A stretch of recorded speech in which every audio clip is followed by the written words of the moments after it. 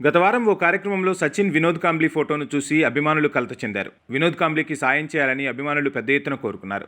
ఈ నేపథ్యంలో సునీల్ గవాస్కర్ ఓ ఆసక్తికర ట్వీట్ కూడా చేశారు. టీం మొత్తం వినోద్ కాంబ్లీని కాపాడేందుకు సిద్ధంగా ఉందని చెప్పారు.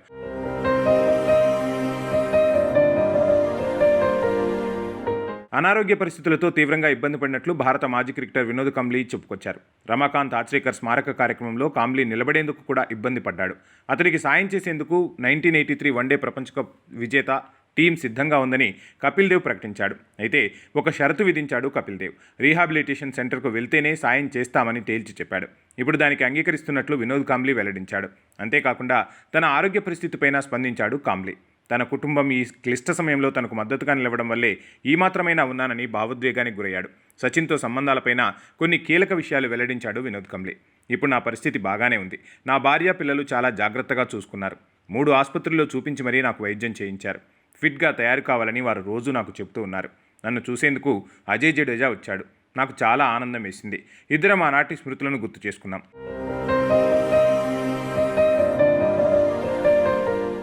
నేను యూరిన్ సమస్యతో ఇబ్బంది పడ్డా. మూత్రం ఆగని పరిస్థితి ఎదురైంది. నా కుమారుడు క్రిస్టియానో నా కోసం ఎంతో కష్టపడుతూ ఉన్నాడు. నన్ను నిలబెట్టేందుకు చాలా ప్రయత్నాలు చేస్తూ ఉన్నాడు. నా 10 ఏళ్ల కుమార్తె కూడా నాకు సాయపడుతూనే ఉంది. ఇదంతా 4 రోజుల క్రిందట జరిగిన విషయాలు. అప్పుడు నా తల తిరిగినట్లు అనిపించింది. ఒక్కసారిగా నేను కుప్పకూలిపోయా.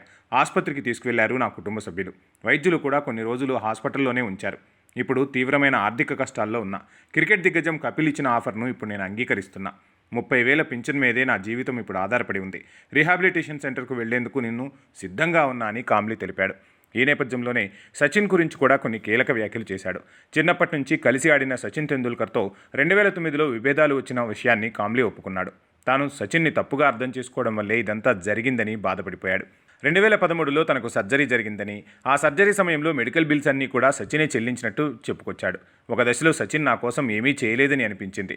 తీవ్ర నిరాశకు కూడా నేను గురయ్యాను. కానీ సచిన్ నా కోసం చాలా చేశాడు. 2 సర్జరీలు జరిగినప్పుడు బిల్లు మొత్తం సచినే చెల్లించాడు. మేమిద్దరం మొన్న మాట్లాడుకున్నాం. చిన్ననాటి స్నేహం మళ్లీ చిగురించింది. కెరీర్ సమయంలో ఎలా ఆడాలో సచిన్ నాకు చెప్పేవాడు. 9 సార్లు నేను జట్టులోకి వచ్చిపోయా. క్రికెటర్లకు గాయాలు తప్పవు. అలాగే టీంలో నుంచి బయటకు వెళ్తూ వస్తూ ఉంటాం. వాటన్నింటినీ తట్టుకొని నిలబెడితేనే ఆట.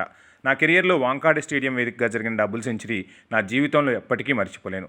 ఆచ్రేకర్ సార్ నాతో ఉండేవాడు. ఏది ఏమైనా సచిన్ వంటి స్నేహితుడు నాకు అండగా నిలిచాడు.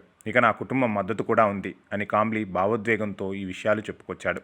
సో ఏది ఏమైనా ఆనాటి క్రికెటర్ మళ్ళీ కోలుకోవాలని, మునుపటిలా తన కుటుంబంతో ఆనందంగా గడపాలని మనము కోరుకుందాం.